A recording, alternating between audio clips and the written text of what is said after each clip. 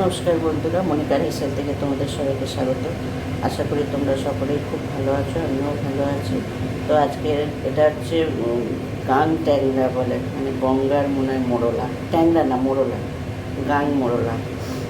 তা এটা ওই আলু পেঁয়াজ দিয়ে ঝাল করব, তা মানে সিম্পল ঝাল করব। তোমরা রেসিপিটা দেখতে থাকো, আশা করি ভালো লাগবে। আর তোমরা রেসিপিটা কেমন লাগলো কমেন্ট করে বলো, আর রেসিপিটার সাথে থাকো। চলো, এখানে দেখো মোরলা মাছে নুন হলুদ মাখিয়ে নিয়েছি, এখানে আলু পেঁয়াজ কেটে ধুয়ে নিয়েছি, এখানে কড়া বসিয়ে দিয়েছি, কড়াটা জেলে দেবো। দেখো মোরলা মাছটা ভেজে নিচ্ছি।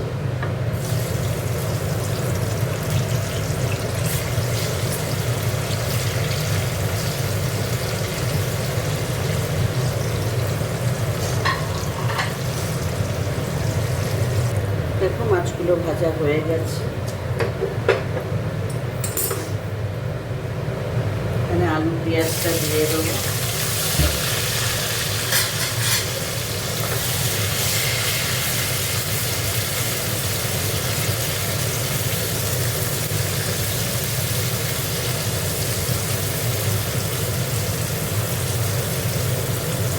একটু ভাজা ভাজা হোক।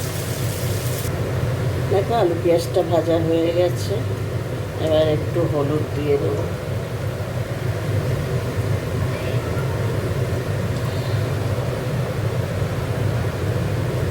একটু লঙ্কা গুঁড়ো দিয়ে দেবো,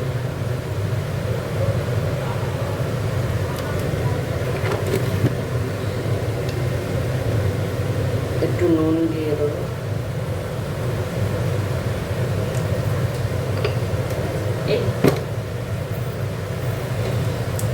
দেখো এবার ভালো করে এটাকে একটু কষে নিয়ে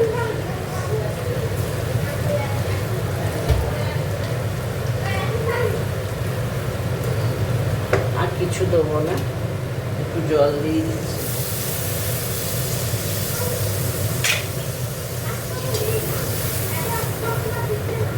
এইবার মাছগুলো দিয়ে দেবো।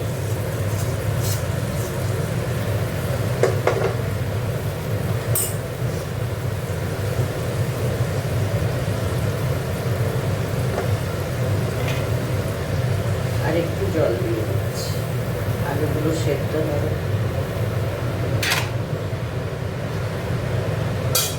আর এখানে দেখো একটু কাঁচা লঙ্কা ধনে পাতা দিয়ে দিচ্ছি।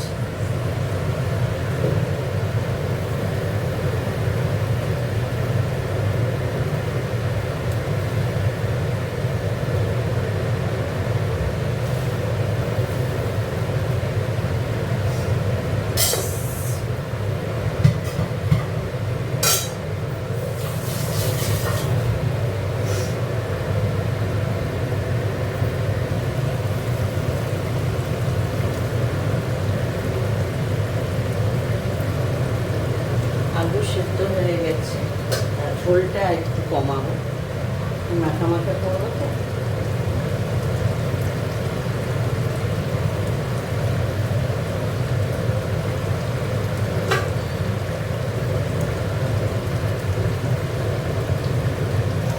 মাংসের ঝোল দেখো হয়ে গেছে, মোরলা মাছ একদম মাখা মাখা হয়েছে।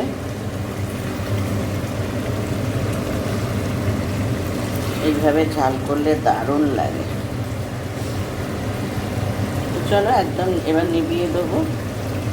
আজকের মোরলা মাছের রেসিপিটা তোমাদের কেমন লাগলো একটু কমেন্ট করে বলো। আর যারা এখনও সাবস্ক্রাইব করোনি তারা প্লিজ আমার চ্যানেলটিকে সাবস্ক্রাইব করে আমার পাশে থেকে লাইক শেয়ার করবে। চলো আবার দেখা হচ্ছে পরে আগামী পর্বে, ততক্ষণ তোমরা ভালো থেকো, সুস্থ থেকো। চলো টাটা।